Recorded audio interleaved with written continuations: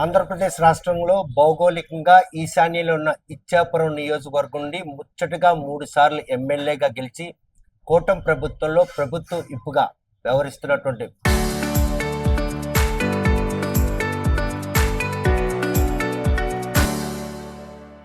MLA Bendalam Ashok ప్రస్తుతం 2 ఏళ్ల పాలన పూర్తి చేసుకుని ప్రజల నమ్మకాలు పొందినటువంటి సంబరాలు జరుపుకున్న ఈ తరుణంలో 2 ఏళ్లలో ఇచ్చాపురం ముఖచితం మార్చడానికి 3 సార్లు ఆయన గెలుపు ఏ విధంగా పడింది అన్న విషయం ఆయన అడిగి తెలుసుకుందాం. చూస్తే కనుక 3 సార్లు ముచ్చటగా ఇచ్చాపురంలో గెలిచారు. ఒడిశా కనెక్టివిటీ ఎక్కువ ఆ కాన్స్టిట్యున్సీలో అభివృద్ధికి ఆమడ దూరంగా ఉండే పరిణామాల నుండి ఇచ్చాపురాన్ని మళ్ళీ ఆంధ్రప్రదేశ్ అభివృద్ధిలో భాగస్వామ్యం చేసేందుకు ఈ 2 ఏళ్ళలో మీరు చేసిన కృషి.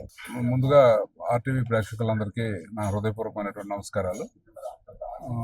ఇచ్చాపురం నియోజకవర్గం మీరు చెప్పినట్లు భౌగోళికంగా మన రాష్ట్రానికి చిట్ట చివరి ఉన్నటువంటి ఒరిస్సాకి ఆనుకున్నటువంటి నియోజకవర్గం అవటం, రకరకాల భాషలు, రకరకాల పరిస్థితుల్లో ఉన్నటువంటి ప్రజలు ఉన్నటువంటి నియోజకవర్గంలో అనేక రకమైనటువంటి సమస్యలు ఉండటం, ముఖ్యంగా కిడ్నీ వ్యాధి లాంటి మహమ్మారులు ఉన్నటువంటి సందర్భం కూడా మీ అందరికీ తెలుసు. అయితే 2014-19లో మెజారిటీ ఆఫ్ ది కార్యక్రమాలు లైక్ డయాలసిస్ సెంటర్స్ పెట్టేది కానీ, హాస్పిటల్స్ కొత్తగా కట్టించేది కానీ, రోడ్డు కనెక్టివిటీ పెంచేది కానీ చాలా వరకు చేసుకున్నాం. మరి 2019లో ఉన్నటువంటి గవర్నమెంట్ కనీస స్థాయిలో ఉన్నటువంటి సౌకర్యాలు కూడా కల్పించకుండా ఏదో సంక్షేమం ఇస్తున్నాం అనే ఒక భ్రమలో అభివృద్ధిని పూర్తిగా పక్కకు పెట్టినటువంటి పరిస్థితుల్లో కూటమి ప్రభుత్వం అధికారంలోకి వచ్చిన తర్వాత ఈ 2 ఏళ్లలో అనేక రకమైనటువంటి కార్యక్రమాలు, ఉదాహరణకి పల్లె పండుగ అనే ఒక కార్యక్రమం మీరు తీసుకున్నట్లయితే ఈరోజు పవన్ కళ్యాణ్ గారి నేతృత్వంలో ఉన్నటువంటి పంచాయతీరాజ్ శాఖ ఆధ్వర్యంలో మరి మేము చేసినటువంటి కార్యక్రమం దాదాపు ఒక 60-70 కోట్ల వరకు కూడా ఈరోజు కనెక్టివిటీ, ఈ ఇంటర్నల్ విలేజెస్లో ఉన్నటువంటి కనెక్టివిటీ కావచ్చు, మండలం నుంచి మండలంకు ఉన్నటువంటి కనెక్టివిటీ కావచ్చు, ఇలా అనేక రకమైనటువంటి కార్యక్రమాలు చేశాం. అలాగే జగన్మోహన్ రెడ్డి అట్టాసంగా గత గవర్నమెంట్లో ఓపెన్ చేసినటువంటి జల్ జీవన్ మిషన్ కార్యక్రమం ఏదైతే ఉందో, ఏదో శుద్ధ జలం ఇస్తున్నాననే నెపంతో ఆయన పూర్తిగా ఏదో హెడ్ వర్క్స్ చేసేసి డిస్ట్రిబ్యూషన్ లైన్స్ అన్ని కూడా పక్కన పెట్టి ఎవరికి నీరు అందకుండా చేసినటువంటి ప్రయత్నం. మా ఎన్నికల్లో హామీల్లో ప్రధానమైనటువంటి ఒక హామీ ఇంటింటికి డ్రింకింగ్ వాటర్ ఇవ్వాలని. సో ఇప్పుడు ఆ కార్యక్రమాన్ని కూడా ఈరోజు జల్ జీవన్ మిషన్ కార్యక్రమాన్ని కూడా ఇప్పుడు మేము దాదాపు 108 కోట్లతో ఈరోజు నియోజకవర్గంలో శంకుస్థాపన చేసుకోబోతున్నాం. అది త్వరలో అది కూడా కంప్లీట్ చేసే ప్రయత్నం మేము చేస్తున్నాం. ఆ రకంగానే ఇరిగేషన్కి సంబంధించినటువంటి ఇష్యూస్ కావచ్చు. ఇప్పుడు మీరు చూస్తే బహుదా దగ్గర ఉన్నటువంటి ఒక గ్రాయిన్ పాడైపోయి తిత్లీలో పాడైపోయింది. తిత్లీ అంటే ఇప్పుడు 2018 సంవత్సరంలో, ఇప్పుడు దాదాపు 7-8 ఏళ్ళు కావస్తుంది. వాళ్ళ గవర్నమెంట్లో అధికారంలో ఉన్నప్పుడు అనేక మార్లు పేపర్లో ఫోటోలు, వీడియోలు వచ్చాయి తప్ప ఏ రోజు కూడా దాని మీద రూపాయి పెట్టుబడి పెట్టే పరిస్థితి. ఈ రోజు ₹1 మన ఈదుపురంలో చంద్రబాబు నాయుడు గారు వచ్చినప్పుడు ఆయన దగ్గర హామీ తీసుకుని ఇప్పుడు ఆ వరకు కూడా నిన్న శంకుస్థాపన చేయడం జరిగింది. అలాగే ఈరోజు ఇచ్చాపురం మండలం కానీ, కంచిలి మండలం కానీ, కవిటి మండలం కానీ, లేకపోతే సోంపేట మండలం కానీ ఉన్నటువంటి నీటి వనరులన్నీ కూడా ఉపయోగించుకునేదానికి కావాల్సినటువంటి ప్రణాళిక అంతా కూడా చేయటం, చంద్రబాబు నాయుడు గారి దృష్టికి సమస్యను తీసుకుని వెళ్ళటం, ఇరిగేషన్కి ఆయన డబ్బులు ఇస్తామన్న హామీని కూడా ఇవ్వడం కూడా జరిగింది. త్వరలో ఆ శాంక్షన్స్ కూడా తీసుకురావడం జరిగింది. దీర్ఘకాలిక వ్యాధులకు కేర్ ఆఫ్ అడ్రస్ గా చెప్పుకున్నట్టు కిడ్నీ మహమ్మారి రోగులకి ఆర్థిక పరిపుష్టిని కల్పించడంలో 2014-19 మధ్యన తెలుగుదేశం పార్టీ తీసుకున్న చొరవ ఈ రోజు ఆ కుటుంబాల్లో ఆనందం కొలిపే పరిస్థితి. మరోవైపు చూస్తే కనుక పలాసలో నెలకొన్న ఏదో కిడ్నీ రీసెర్చ్ సెంటర్, ఇది కూడాను ఆ ప్రాంతం వాసులకి సంజీవనిలుగా దోహదపడిందంటే ఖచ్చితంగా మీరు ఆలోచించినట్లయితే 2014-19 మీరు తీసుకుంటే పవన్ కళ్యాణ్ గారు ఇచ్చాపురం నియోజకవర్గం మొదటిసారి వచ్చినప్పుడు అప్పటికి చాలా సందర్భాల్లో చాలా మంది మాట్లాడినటువంటి అంశం అయినా పవన్ కళ్యాణ్ గారు మాట్లాడిన తర్వాత కొంత ఫోకస్ వచ్చిన తర్వాత కొన్ని కార్యక్రమాలు, ప్రధానంగా కిడ్నీ పేషెంట్స్ ఎంత గొప్పింటి వాడైనా కావచ్చు, కిడ్నీ వ్యాధి వచ్చిన తర్వాత ఆర్థికంగా చిదికిపోవటం, లేకపోతే వాళ్ళకి ట్రాన్స్పోర్టేషన్ చాలా కష్టం అవుతున్నటువంటి పరిస్థితి, ప్రతిసారి డయాలసిస్ చేయించుకోవాలి, వారానికి 2-3 సార్లు చేయించుకోవాలి అంటే దూర ప్రాంతాలకు వెళ్ళాల్సినటువంటి పరిస్థితి, ఇలాంటివన్నీ గమనించిన తర్వాత ఆ రోజు కొన్ని చాలా ఇంపార్టెంట్ అయినటువంటి కొన్ని డెసిషన్స్, లైక్ వాళ్ళందరికీ ఫస్ట్ టైం కిడ్నీ పేషెంట్స్ కూడా పెన్షన్స్ ఇంప్లిమెంట్ చేసింది ఆనాటి తెలుగుదేశం ప్రభుత్వం. అలాగే వాళ్ళకు ఉచితంగా మెడిసిన్స్ ఇచ్చింది కూడా తెలుగుదేశం గవర్నమెంట్. అదే కాకుండా వాళ్ళకి డయాలసిస్ సెంటర్స్ మీరు చూసినట్లయితే కవిటి, ఇచ్చాపురం, సోంపేటలో అప్పుడు డయాలసిస్ సెంటర్స్ ఎస్టాబ్లిష్ చేశారు. అలాగే 20 లీటర్లకే సేఫ్ డ్రింకింగ్ వాటర్ లాంటి కార్యక్రమాలు మనం ఇచ్చాం.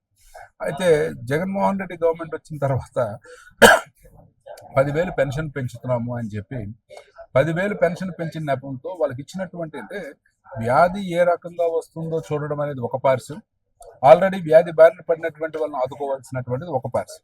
సో ఇది చేస్తూనే ఆ రోజు జార్జ్ ఇన్స్టిట్యూట్ కావచ్చు, లేకపోతే టాటా ఎన్విరాన్మెంటల్ రీసెర్చ్ ఇన్స్టిట్యూట్ కావచ్చు, లేకపోతే ఐసీఎంఆర్ వాళ్ళు సహచర్యంతో కావచ్చు, ఇలా అనేక రకమైనటువంటి సంస్థలతో వ్యాధి ఎందుకు వస్తుందో తెలుసుకునే ప్రయత్నం ఒక పక్క చేస్తూనే, డయాలసిస్ సెంటర్స్, డ్రింకింగ్ వాటర్ లాంటి కార్యక్రమాలు చేస్తూనే ఆ రోజు ప్రజలందరికీ కూడా ఇచ్చాం.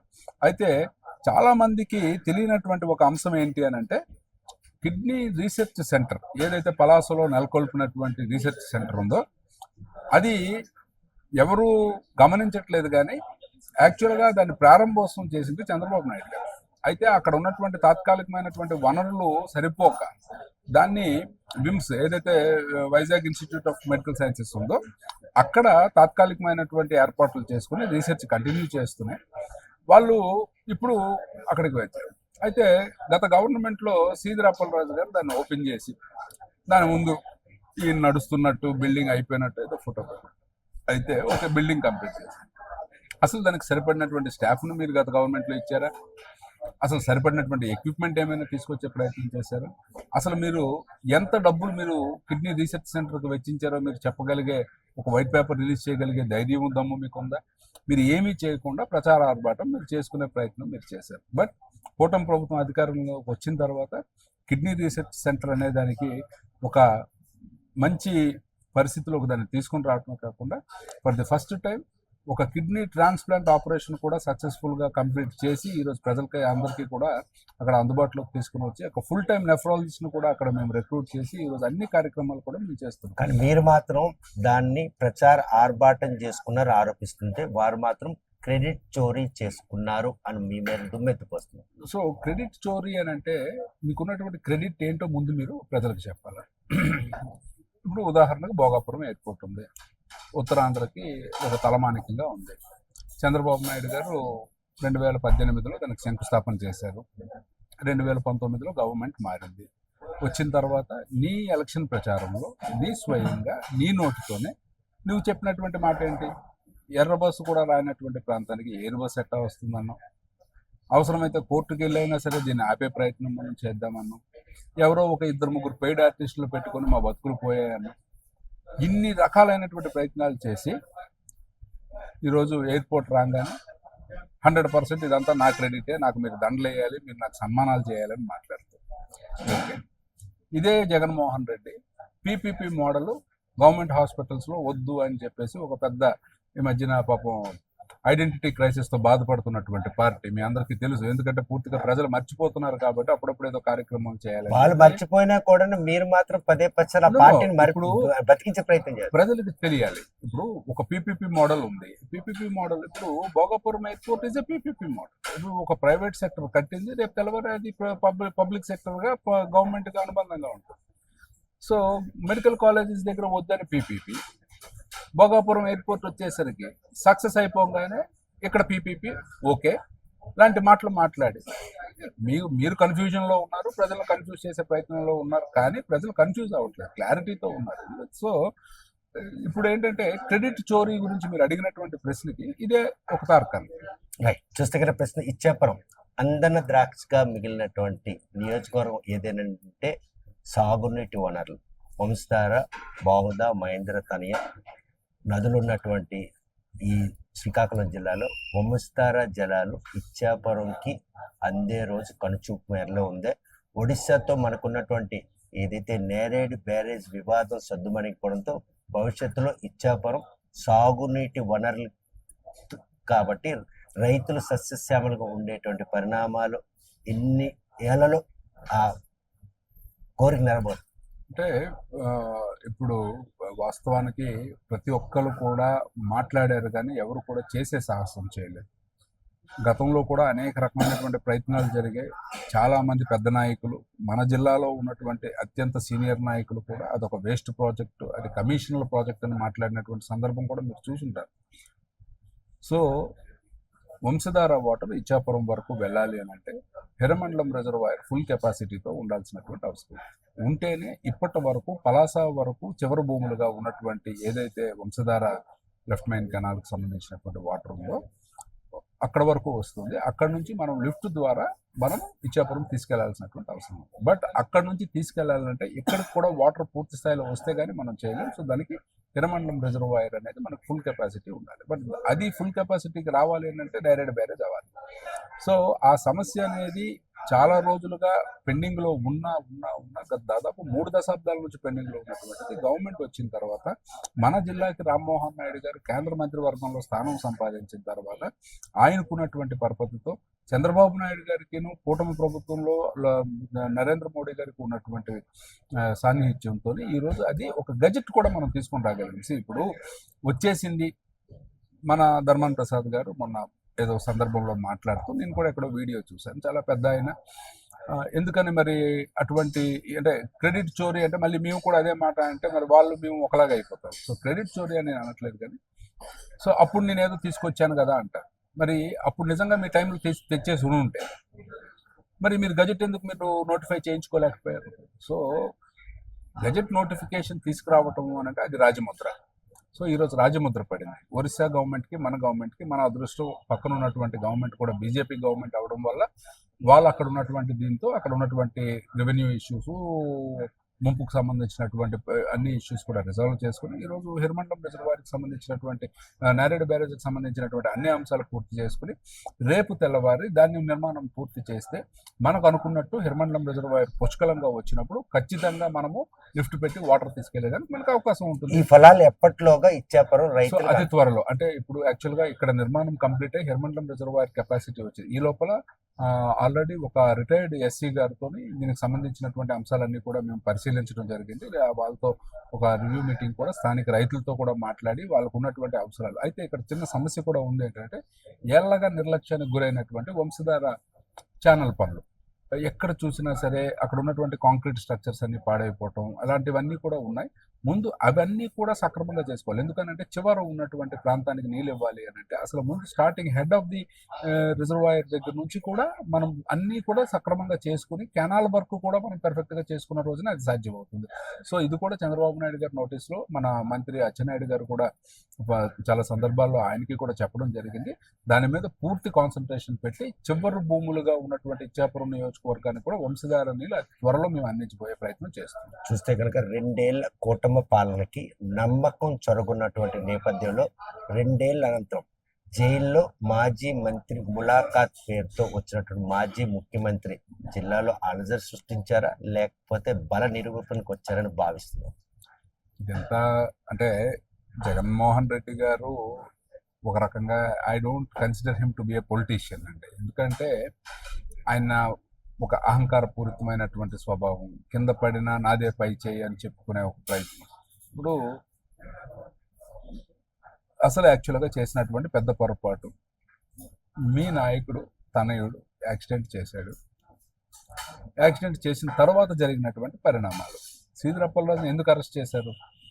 యాక్సిడెంట్ చేసింది నీ కొడుకు, అది యాదృచ్ఛికమో దురదృష్టమో శాపమో జరిగిపోయింది. కానీ దాని తరువాత దాన్ని మభ్యపెట్టడానికి నువ్వు చేసినటువంటి ప్రయత్నం, నీ కొడుకు స్థానంలో ఇంకొక వ్యక్తిని నిలబెట్టి వాడిని బుక్ చేసే ప్రయత్నం, అట్ ది సేమ్ టైం నువ్వు గవర్నమెంట్స్కి అంటే పోలీస్ డిపార్ట్మెంట్కి నువ్వు ఇచ్చినటువంటి బేస్లెస్ ఫ్యాక్ట్స్ కావచ్చు, ఇలా చట్టానికి కళ్ళు కప్పాలని ప్రయత్నం చేసావు కాబట్టి నేను అరెస్ట్ చేశాను. అసలు దానికి పరామర్శించడం అనేది ఒక నాయకుడిగా తప్పును తప్పని చెప్పలేకపోయినప్పుడు నాయకత్వం చేయకూడదు. సరే చేయలేదు, కానీ నువ్వు నిజంగా మనిషి మనిషివైతే, నిజంగా ఒక పొలిటికల్ పార్టీకి లీడర్ అయితే, ఒక మాజీ ముఖ్యమంత్రి స్థానంలో పనిచేసినటువంటి వ్యక్తివైతే నువ్వు ఫస్ట్ వచ్చి బాధిత కుటుంబాన్ని పరామర్శించాల్సినటువంటి బాధ్యత నీకు. ఆ పని చేయకుండా నీ నాయకుడికి నువ్వు పరామర్శించే ఓకే పరామర్శించు నీ నాయకుడు. ఎందుకంటే నువ్వెప్పుడు చెడ్డవాళ్ళనే ప్రోత్సహిస్తావు, బూతులు తిట్టినటువంటి వాళ్ళకి మంత్రి పదవులు ఇస్తావు కాబట్టి నీ నాయకుడు నీకు ముద్దుగా ఉండొచ్చు, నువ్వు చేసుకోవచ్చు, తప్పులేదు. అయితే రాజ్యాంగబద్ధమైనటువంటి ఇన్స్టిట్యూషన్స్కి కొన్ని నియమ నిబంధనలు ఉంటాయి. ఒక జైలుకి వెళ్ళి ఒక పరామర్శించాలి అని అంటే 4:30 లోపల పరామర్శించాలి అని ఒక నియమం ఉంది. ఒక రాష్ట్ర ముఖ్యమంత్రిగా పనిచేసినటువంటి నీకు ఆ మాత్రం ఇంగితం లేదా, నీకు అవగాహన లేదా? నువ్వెందుకు 4:30 లోపల నువ్వు జైలుకి వెళ్ళే, నువ్వు వచ్చిందే పరామర్శకు అయినప్పుడు నువ్వు పరామర్శ కూడా నువ్వు చేయలేదు కదా. కేవలం ఏంటి అని అంటే జనాల్ని మొబిలైజ్ చేసి, డబ్బులు ఇచ్చి తెస్తున్నావో ఇంకొకటి ఇచ్చి తెస్తున్నావో మొబిలైజ్ చేసి నేను బలంగా ఉన్నాను అని చూపించుకునే ప్రయత్నం ఒకటైతే, ఆ నెక్స్ట్ రోజు భోగాపురం పెద్ద ఈవెంట్ నరేంద్ర మోడీ గారు వస్తున్నారు, దాని దృష్టి మరచడానికి చేసినటువంటి ఒక దిక్కుమాలిన ప్రయత్నం. అంటే ములాఖత్ సకాలంలో కాపాడడానికి ఈ కుట్ర దాగుంది అనుకుంటున్నారా? 100% కదండి. ఇప్పుడు నిజంగా ములాఖత్ చేయాలి అని అనుకుంటే నేరుగా నువ్వు వచ్చి ములాఖత్ చేసిన తర్వాత నువ్వు ర్యాలీలు చేసుకో, అభివాదం చేసుకో, నీ కార్యకర్తలు వ్యక్తిగతంగా కలు, తప్పేమీ లేదు కదా. కానీ నువ్వు కేవలం బల నిరూపణ, బల ప్రదర్శన చేసుకుంటూ వెళ్ళే ప్రయత్నంలోనే కదా నువ్వు కనీసం నీ నాయకుడిని నువ్వు కనబడలేదు. అక్కడెక్కడో నిలబడి ప్రెస్ మీట్ ఇచ్చేసి ఎవడో వెనకాతలు ఇచ్చినటువంటి స్క్రిప్ట్, పాతపట్నం ఎమ్మెల్యే పేరు చదవడానికి ఒక అరగంట. నువ్వు దేనికోసం వచ్చావు? నువ్వు వచ్చింది నీ నాయకుడిని పరామర్శించడానికి, నువ్వు ఆ పని చేయలేదు. అందులో మీ వాహనం ప్రస్తావన కూడా తెచ్చారు. మీ వాహనం తప్పలేదు. అది కూడా ఇప్పుడు స్క్రిప్ట్ చదివేవాడికి ఏం రాసిస్తే అదే చదువుతాడు, అందులో ఏముంది అని తెలుసుకునే ప్రయత్నం ఎప్పుడు చేయడు కదా. సో ఇప్పుడు నా వాహనం దగ్గర జరిగినటువంటి ఇన్సిడెంట్ ఏంటి? పాపం ఒక ఎవరూ లేనటువంటి ఒక అనాథ అక్కడ బస్ స్టాండ్లోనే ఎప్పుడు పడుకుంటాడట. ఆయన అనుకోకుండా నా కారు కింద పడ్డాడు. కారు కింద పడితే కారు దిగి ఆ మనిషిని బయటకు తీసుకొచ్చి నా సొంత కారులో నేను ఆయన హాస్పిటల్కి పంపించి డాక్టర్ దగ్గరికి పంపించిన తర్వాత ఆయన మరణిస్తే నేను నా కారులో ఎక్కిస్తూనే పోలీసులకు నేను సమాచారం ఇచ్చి, పోలీసులు సార్ ఆయన చనిపోయాడు అని నాకు ఫోన్ చేస్తే వెంటనే కేసు బుక్ చేయమని నేనే స్వయంగా అడిగి డ్రైవింగ్ చేస్తున్నటువంటి వ్యక్తి మీద నేను కేసు పెట్టించి, ఆ వ్యక్తి చనిపోయిన తర్వాత పోస్ట్ మార్టం ప్రొసీజర్స్ అంతా చేసి ఎవరైనా ఆయనకు సంబంధికులు ఉన్నారా అని కనుక్కొని మీలాగే ఎవరో ఒక విలేకరు సార్ ఆయనకు ఫోన్ చేస్తే ఆయన క్లియర్గా సార్ ఆయన ఎప్పటి నుంచో మాకు అందరికీ వదిలేశాడు, ఎటువంటి సంబంధం మాకు లేదు, ఈ సందర్భంలో మీరు ఎలాగా అనుకుంటారు అది చేయండి అని అంటే, ఆ రోజు ఆ గ్రామ పెద్దలకు అందరికీ చెప్పి దహన సంస్కారాలని దగ్గరుండి చేయించి 12వ రోజు కార్యక్రమానికి కూడా సొంత నిధులు ఇచ్చి కార్యక్రమం చేయించినటువంటి వ్యక్తిని నేను. నీలాగా నీ కారు కింద నీ కార్యకర్త పడిపోతే పక్కకి చేసి బయటకు వెళ్ళిపోయినటువంటి రకం నేను ప్రస్తావించే అర్హత కూడా లేనటువంటి అంశం. కానీ దురదృష్టం ఏంటి అని అంటే నీకు ఒక ఇష్యూ కావాలి, నువ్వు అక్కడికి వచ్చింది మోడీ గారు భోగాపురం ఎయిర్పోర్ట్ ఇష్యూని దృష్టి మరల్చడం, నీ అహంకారం బలుపు చూపించుకునే ప్రయత్నం చేయటం తప్ప నీకు నీ నాయకుల మీద కానీ నీ పార్టీ మీద కానీ నీ పార్టీ సిద్ధాంతం మీద కానీ అసలు నీకు సిద్ధాంతమే లేదు. బేసిక్గా నీ పార్టీ మీద నీకు అసలు ప్రేమే లేదు. కేవలం నేను అనే ఒక అహంకారం చూపించుకోవడానికి బల ప్రదర్శన చేయడానికి వచ్చినటువంటి కార్యక్రమం తప్పిపోటు కాదు. దీన్ని ప్రజలు కూడా అసహించుకునే పరిస్థితి వచ్చింది. బాధిత కుటుంబం, అత్యంత కడుపేద కుటుంబం, గొర్రెల కాపరి, కనీసం చిన్న చిన్న అవసరాలు కూడా తీర్చుకోలేదు, రేషన్ కార్డు కూడా లేదు, సొంత ఇల్లు లేదు, ఏ రోజు బచ్చి ఆ రోజు కొనుక్కుని వంట చేసుకుని బతుకుతున్నటువంటి కుటుంబాన్ని పరామర్శించడానికి మనసు లేనటువంటి వాడు నువ్వేం నాయకుడు?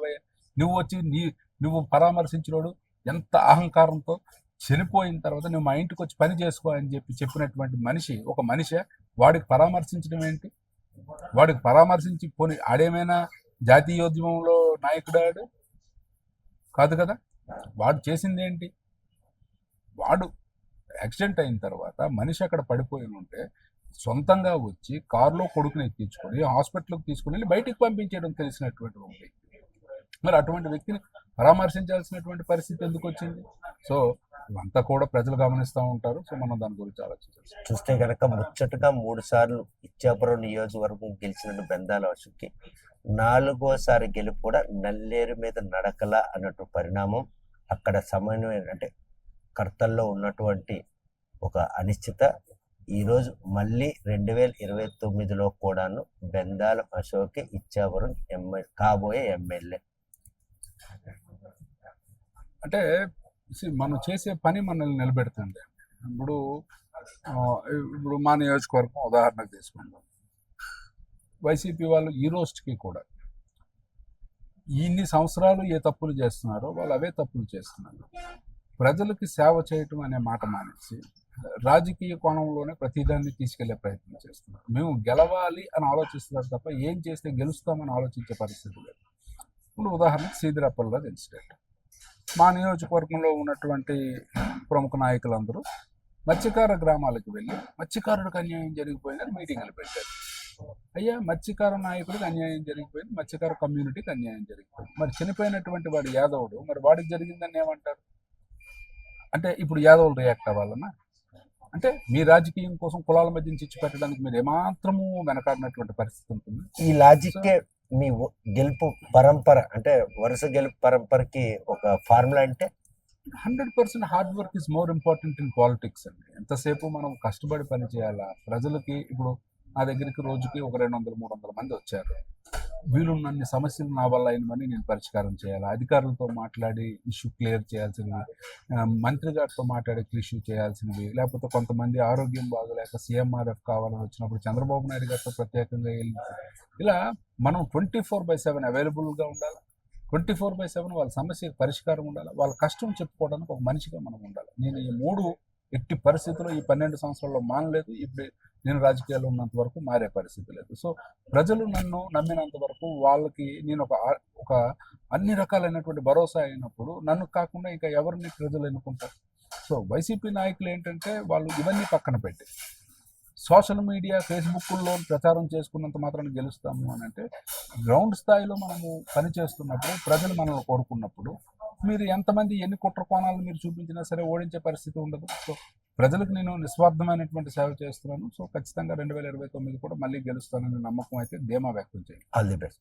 చూస్తే కనుక ప్రస్తుతం ఇచ్చాపురం నియోజకవర్గం నుంచి ముచ్చటగా 3 సార్లు గెలిచిన ఆయన గెలుపు పరంపరకు మాత్రం ఆయన ఫార్ములా కూడా ఈరోజు పేపర్ లీకేజ్ చేయడం జరిగింది. ఆ నియోజకవర్గం వైఎస్ఆర్ కాంగ్రెస్ పార్టీ శ్రేణులంతా కూడాను ప్రజాక్షేత్రంలో నెగిటివ్ వైబ్రేషన్ మాత్రమే ఓన్ చేసుకోవడానికి ట్రై చేస్తారు. కాకపోతే ఆయన మాత్రం ప్రజల నాడిని గమనించి ప్రజల అవసరాలు తీర్చేందుకు తాను చేసిన ప్రయత్నమే ఈ గెలుపు పరంపర అని చెప్పి ధీమా వ్యక్తం చేస్తున్నారు.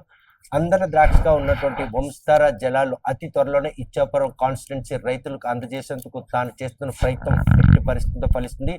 దీర్ఘకాలిక వ్యాధిగా ఉన్నటువంటి కిడ్నీ రోగులకు ఆర్థిక పరిపుష్టి కలిగించడంతో పాటు ఈరోజు ఆ వ్యాధి నివారణకు అవసరమైన కిడ్నీ రీసెర్చ్ సెంటర్ కూడా అందుబాటులో. ఈ పరిణామాలన్నీ కూడా గత 3 పర్యాయాలు ఇచ్చాపురం నియోజకవర్గం తను గెలిపించిన ప్రజలకు సమస్యలు పరిష్కరించడానికి మాత్రం ఈ 2 ఏళ్ల కూటమి పాలనలో అన్నితర సాధ్యం కానివన్నీ సాధ్యం చేశానన్నటువంటి సంతృప్తిని వ్యక్తం చేస్తున్నారు.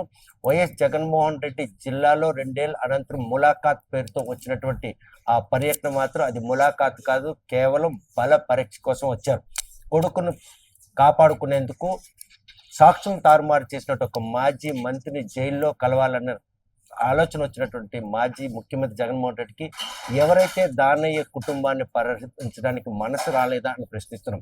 ఇలా కులాల మధ్యన చిచ్చు పెట్టే ఇటువంటి నాయకులు మాత్రం ప్రజలు నమ్మే పరిస్థితి. భవిష్యత్తులో మాత్రం కూటమి ప్రభుత్వం మరోసారి 2029లో కొలువు తీరడానికి ఈ పరిణామాలని ఎంతగానో దోహదపడుతుందని ధీమా వ్యక్తం చేస్తున్నారు. వీడియో జర్నలిస్ట్ రామకృష్ణతో సత్యం, RTV శ్రీకాకుళం.